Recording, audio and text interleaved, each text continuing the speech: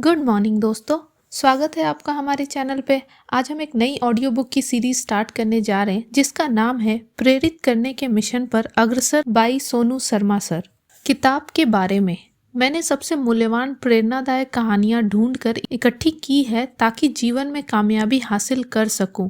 जल्दबाजी ना करें, सोचें, शायद कामयाबी और आपके बीच की दूरी सिर्फ एक नज़रिए की हो। यह किताब आपको आपकी रचनात्मकता और आपके अंदरूनी गुणों से एक बार फिर मिलवाने में मदद करेगी। केवल चंद मिनट दीजिए इन महान लघु प्रेरणादायक कहानियों को जो ध्यानपूर्वक आपके लिए संग्रहित की गई है ताकि आप इनसे ज़्यादा से ज़्यादा कामयाबी हासिल कर सकें और साथ ही आप इनसे कोई सबक सीख सकते हैं और जीवन भर के लिए एक याद बना सकते हैं। केवल यह लघु कहानियां ही नहीं है, यह कहानियां आपके जीवन में एक परम निशान बना सकती है। मैं उन सभी का आभारी हूँ जिन्होंने यह कहानियां बनाई और यह योगदान दिया जिससे आने वाली पीढ़ियों को सही दिशा दिखा सकें। मैं उम्मीद करता हूँ इनसे आप बहुत कुछ सीखेंगे। बाई सोनू शर्मा। अभी स्वीकृति। मैं उन सभी लोगों का आभार व्यक्त करना चाहूँगा जिन्होंने इस किताब के दौरान मेरा साथ दिया, जो मेरे सहयोगी बने, मुझसे बात की, पढ़ा, लिखा और अपनी राय दी। मैं अपने गुरुजी का इस किताब के बनने के लिए उनके अप्रतिबंधित आशीर्वाद और प्यार के लिए शुक्रिया अदा करना चाहता हूँ। सबसे पहले मैं अपने परिवार का शुक्रिया अदा करना चाहता हूँ जिन्होंने मेरे साथ उनके समय पर कटौती होने के बावजूद मेरा साथ दिया और मुझे प्रोत्साहित किया। यह उनके लिए एक लंबा व कठिन समय था। कई कहानियाँ अलग अलग संग्रहों से इकट्ठी की गई है, जैसे कि अखबार, पत्रिकाएं, अन्य वक्ता और 22 सालों के सेमिनारों के दौरान मिले सहभागी।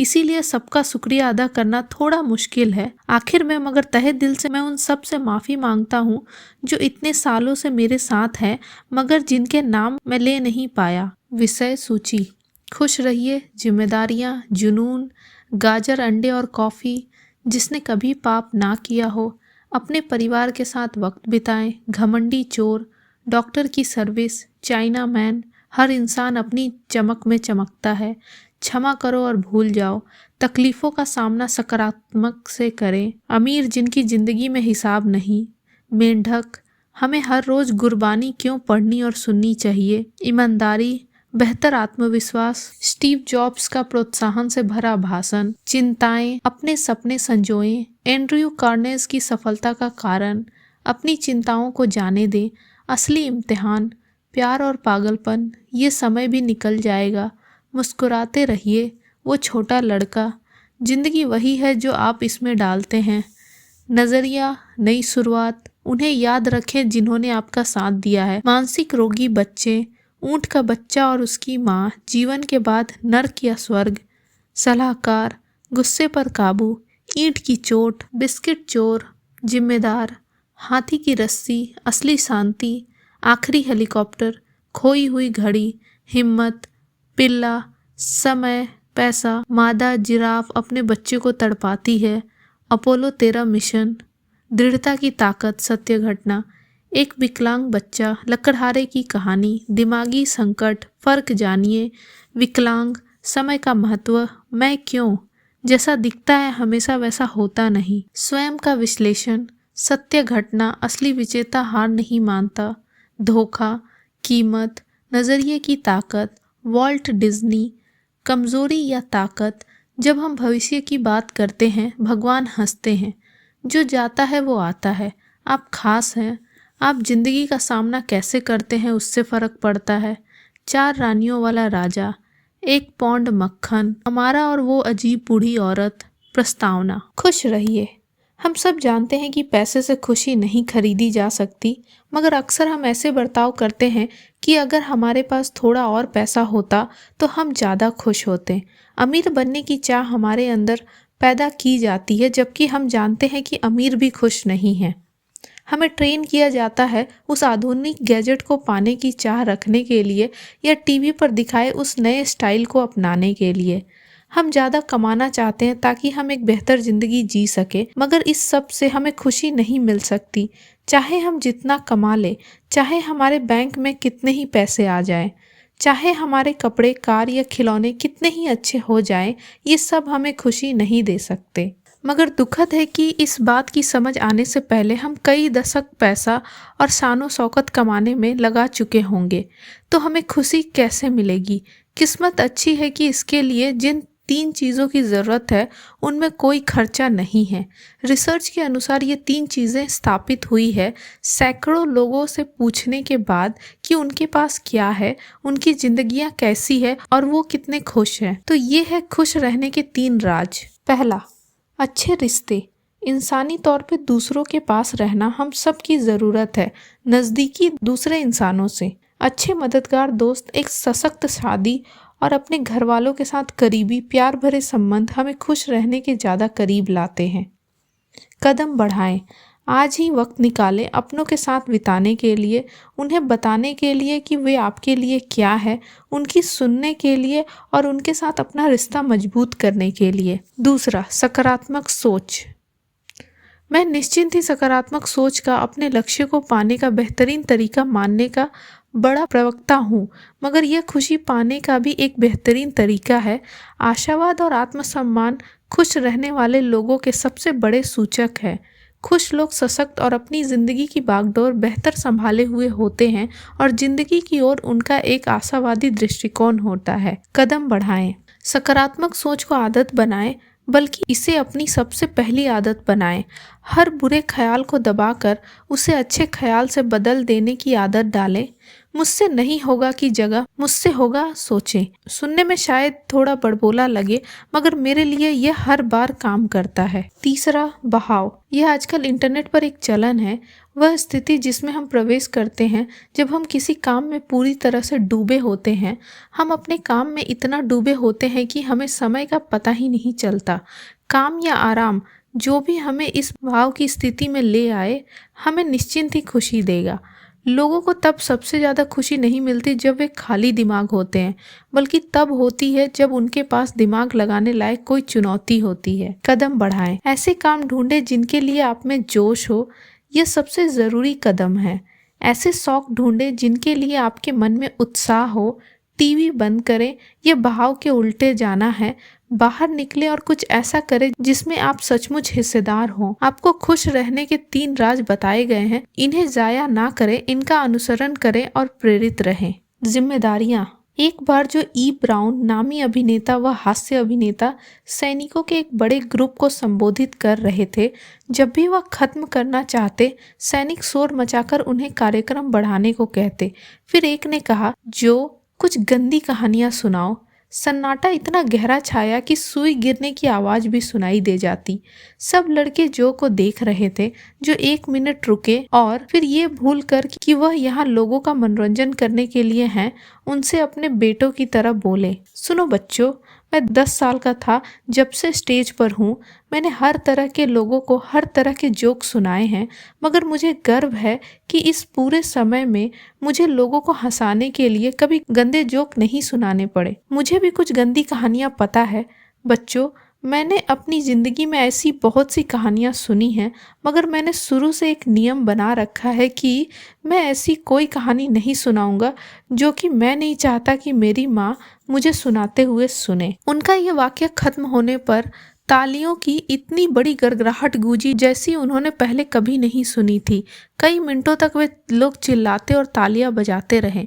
इनमें वह लड़का भी था जिसने गंदी कहानी सुनाने की फरमाइश की थी, मगर किस्सा यहीं खत्म नहीं हुआ।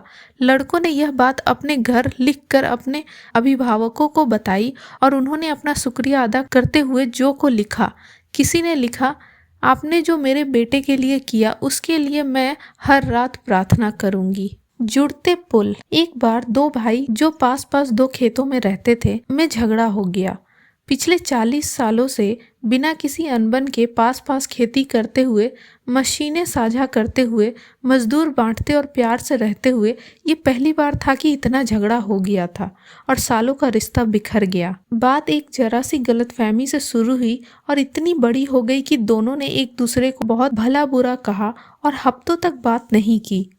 एक दिन जॉन के दरवाजे पर एक दस्तक हुई। उसने दरवाजा खोला तो सामने बढ़ई का सामान लिए एक आदमी खड़ा था।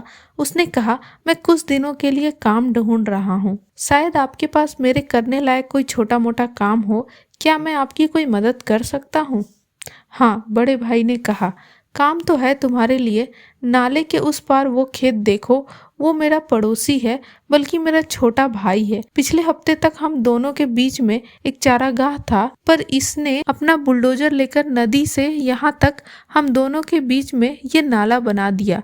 उसने ये मुझे चिढ़ाने के लिए किया होगा, मगर अब मैं इसे बताऊंगा। वहाँ कोठर में पड़ी लकड़ी देख रहे हो? मैं चाहता हूँ तुम मुझे एक बाड़, 8 इंच ऊंची बाड़ बना के दे दो, ताकि मुझे उसकी जगह देखनी ही ना पड़े, कुछ भी, जिससे वो शांत हो जाए। बढ़ई ने कहा, लगता है मैं माजरा समझ रहा हूँ। मुझे कीले और जगह बताए जहाँ बाड़ लगानी है, और मैं आपकी पसंद का काम करके दे दूंगा। बड़े भाई को कुछ सामान लाने के लिए बाजार जाना था, तो उसने बढ़ई को उसकी जरूरत का सामान दिया और दिन भर के लिए निकल गया। बढ़ई ने दिन भर मेहनत से नाप कर, लकड़ी चीड़ कर, कीले लगाकर काम किया। शाम ढले जब किसान वापस लौटा, तब बढ़ई ने बस अपना काम खत्म किया ही था। उसकी आंखें खुली की खुली रह गई और उसका मुंह खुला का खुला। वहां कोई बाढ़ नहीं थी, वहां एक पुल था, नाले के इस पार से उस पार तक। काम बहुत सुंदर था, हत्थे वगैरह के साथ। और उसका पड़ोसी, उसका छोटा भाई, उस पार से बाहें फैलाए उसके पास आ रहा था। तुम भी कमाल के हो, इतना सब मेरे कहने सुनाने के बाद भी तुमने ये पुल बनवा दिया। दोनों भाई पुल के दोनों किनारों से चल के पुल के बीच में मिले और एक दूसरे के हाथ थाम लिए। पलट के देखा तो बढ़ई अपने कंधों पर अपना सामान लेकर निकल रहा था। नहीं, रुको, कुछ दिन और रुक जाओ, तुम्हारे लिए मेरे पास और काम है, बड़े भाई ने कहा। मैं खुशी से रुकना चाहता, बढ़ई ने कहा, मगर अभी मुझे और कई पुल बनाने हैं। जुनून। 8 साल की उम्र में उस छोटे से बच्चे को लगा कि उच्च विद्यालय का डिप्लोमा ले लेना अच्छा रहेगा। 12 साल का जब वह था, वो अपने परिवार के साथ समुद्र किनारे बैठा मछली पकड़ने की तैयारी कर रहा था। वो रस्सियों का एक जाल बिछा रहा था, जिससे बहुत सारी मछलियां हुक में फंस जाए। शाम तक उसकी मछली पकड़ने की रस्सी में पूरे परिवार से ज्यादा मछलियां थी। 17 का जब वह था, उसे अखबार के सब्सक्रिप्शन बेचने की नौकरी मिली। उसे लगा नवविवाहित जोड़े इस काम के लिए सबसे उपयुक्त रहेंगे। उसने अपने दोस्तों को इस काम पर रखा कि वे उसे उन दंपतियों के नाम और पते लाकर दे जिन्हें हाल ही में शादीशुदा होने का लाइसेंस मिला हो। उसने उन सब को 2 हफ्ते का सब्सक्रिप्शन मुफ्त देते हुए पत्र लिखे। उसने इससे $18,000 कमाए और एक महंगी BMW कार खरीदी। 19 साल की उम्र में उसने कंप्यूटर खरीदना शुरू किया और उन्हें बेहतर बनाने लगा। उसने ग्राहकों की ज़रूरतानुसार कंप्यूटर बनाए और अपने कमरे को ही फैक्ट्री बनाकर वहां से उन्हें बेचने लगा। वह कॉलेज में था, मगर पढ़ाई में उसका मन नहीं लगता था।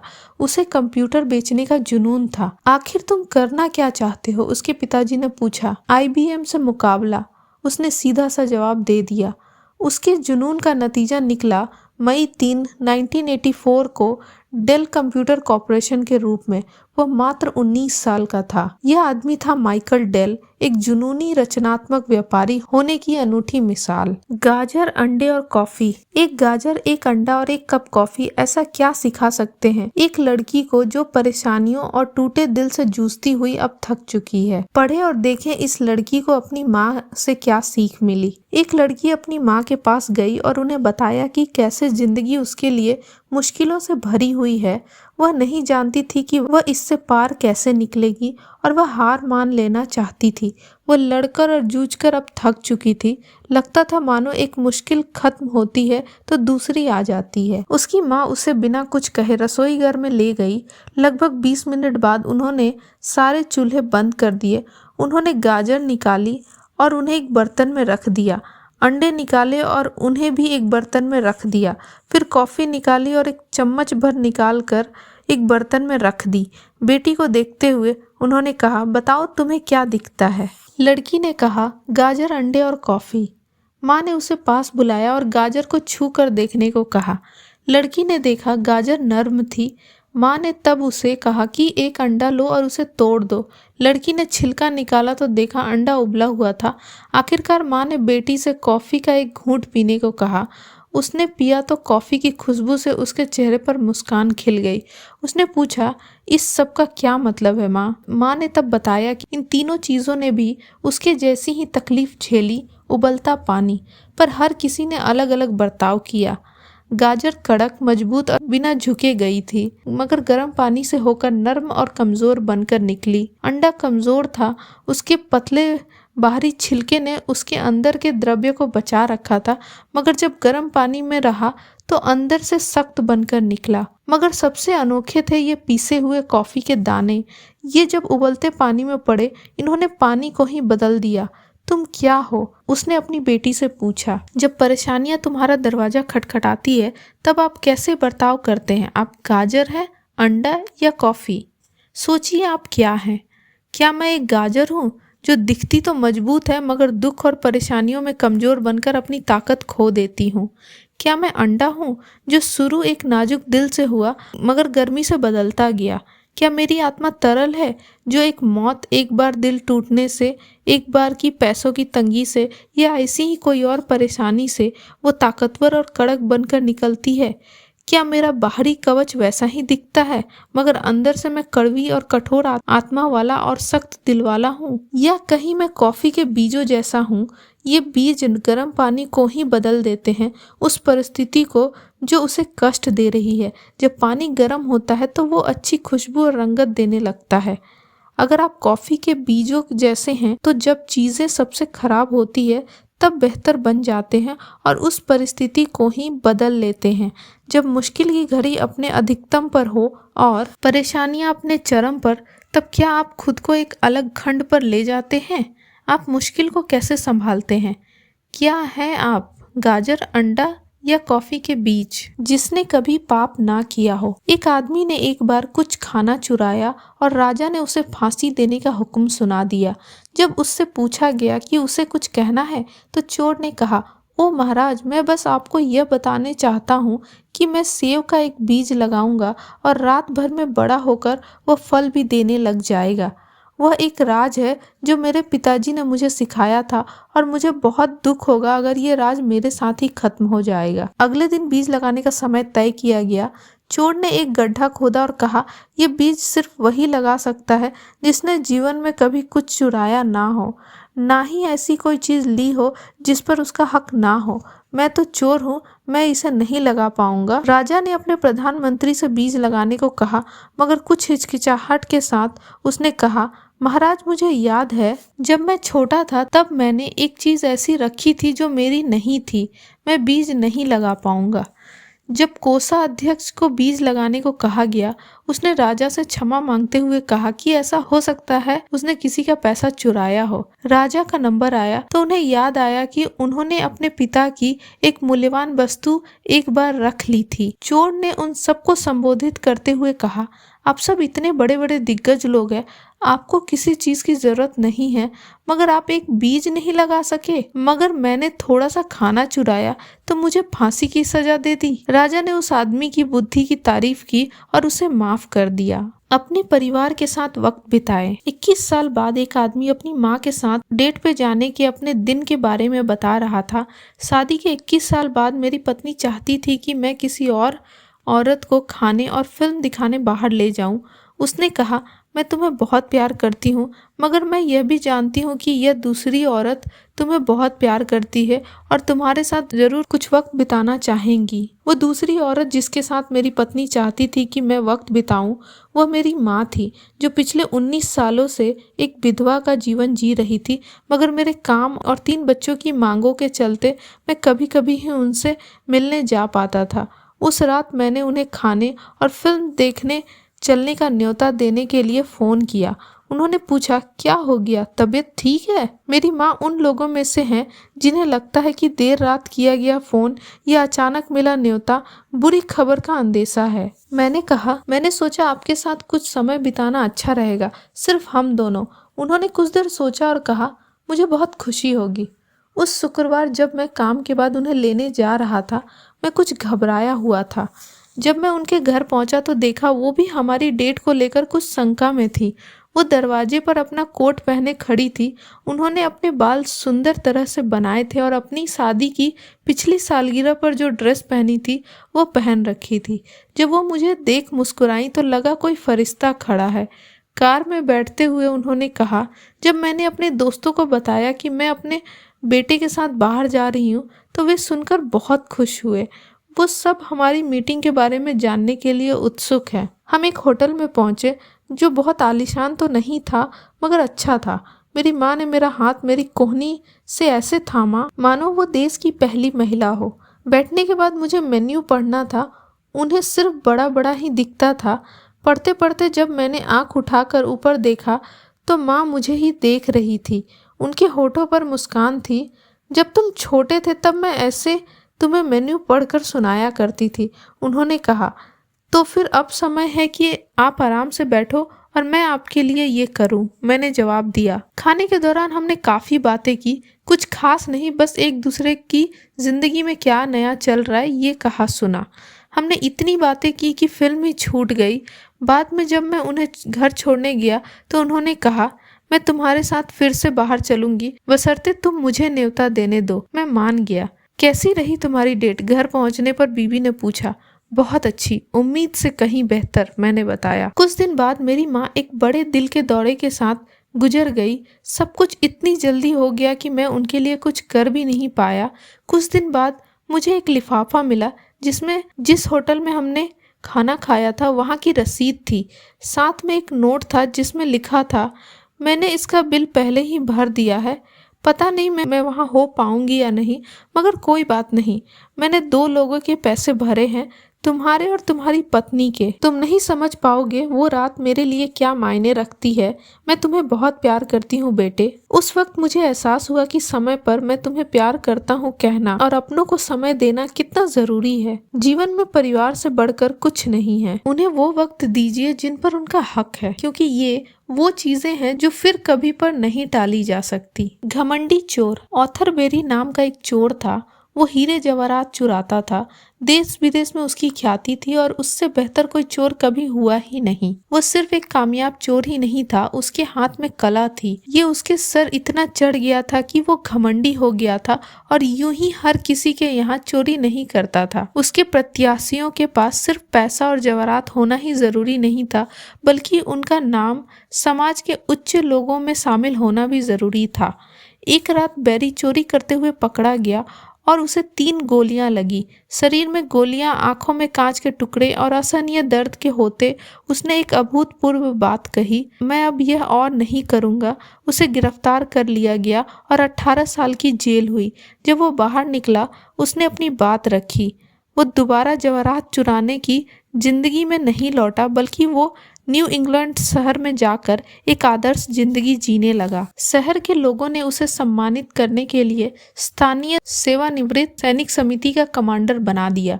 समय के साथ बात फैली कि मशहूर जवाहरात चोर ऑथर बेरी कमांडर बन गया है। दुनिया भर से पत्रकार उस छोटे से शहर में उसका इंटरव्यू लेने आए। उन्होंने उससे बहुत से सवाल किए और अंत में एक जवान पत्रकार ने मुद्दे की बात की और सबसे खास सवाल पूछा, मिस्टर बेरी, आपने अपनी चोरी की जिंदगी में बहुत से रईस लोगों के यहाँ चोरी की, मगर क्या आपको याद है आपने सबसे ज्यादा किसके यहाँ से चुराया? बिना एक पल गंवाए बेरी ने कहा, आसान है, जिससे मैंने सबसे ज्यादा चुराया वो ऑथर बेरी है। मैं एक कामयाब व्यापारी या वॉल स्ट्रीट पर सामंत और समाज को कुछ देने वाला कुछ भी बन सकता था, मगर मैंने एक चोर की जिंदगी चुनी और अपनी जिंदगी का 2/3 हिस्सा जेल में बिताया। हाँ, ऑथर बेरी वो चोर था जिसने सचमुच खुद से चुराया। डॉक्टर की सर्विस। एक डॉक्टर जल्दी जल्दी अस्पताल में एक अत्यावश्यक ऑपरेशन के लिए आता है। उसने कपड़े बदले और तुरंत ऑपरेशन ब्लॉक में चला गया। उसने देखा कि लड़के के पिता वहां हॉल में चक्कर लगा रहे हैं। डॉक्टर को देखते ही पिता भड़क उठे, इतनी देर क्यों लगी तुम्हें आने में? जानते नहीं हो मेरे बेटे की जान खतरे में है। कोई जिम्मेदारी का एहसास है ही नहीं। डॉक्टर मुस्कुराया और बोला, माफ़ कीजिएगा, मैं अस्पताल में नहीं था, पर मैं जितनी जल्दी हो सका आ गया। अब मैं चाहूँगा आप शांत हो जाए ताकि मैं अपना काम शुरू कर सकूँ। शांत हो जाऊं? अगर ये तुम्हारा बेटा होता तो क्या तुम शांत हो जाते? अगर तुम्हारा खुद का बेटा अभी मर जाए तो क्या करोगे? पिता ने चिल्लाकर पूछा। डॉक्टर फिर मुस्कुराया और बोला, मैं वही कहूँगा जो पावन बाइबल में लिखा है, हम मिट्टी से आते हैं और मिट्टी को लौट जाते हैं, भगवान का नाम पावन रहे। डॉक्टर जिंदगी बढ़ा नहीं सकते। जाइए और अपने बेटे के लिए प्रार्थना कीजिए। भगवान की कृपा से हम अपनी तरफ से सबसे अच्छा करने की कोशिश करेंगे। पिता बड़बड़ाया, बहुत आसान होता है सलाह देना जब खुद का कोई लेना देना ना हो। कुछ घंटों के ऑपरेशन के बाद डॉक्टर खुश होता हुआ बाहर निकला। शुक्र है आपका बेटा बच गया। और बिना पिता के कुछ कहने का इंतजार किए वहां से बाहर दौड़ गया। अगर आपको कुछ सवाल पूछने हैं तो नर्स से पूछ लीजिएगा। नर्स को वहां आते देख पिता ने नर्स से पूछा, ये इतना घमंडी क्यों है? ये कुछ देर रुक नहीं सकता था कि मैं इससे अपने बेटे का हाल जान सकूं? नर्स ने बताया, कल इनके बेटे का एक रोड एक्सीडेंट में निधन हो गया। वो उसे दफनाने गए हुए थे जब हमने आपके बेटे के ऑपरेशन के लिए उन्हें बुला भेजा। हर परिस्थिति में शांत रहें ताकि आप अपने लिए बेहतर निर्णय ले सकें, चाहे वो जिंदगी में हो या बिजनेस में। आपके कार्य कुशलता के लिए डॉक्टरों आपका शुक्रिया।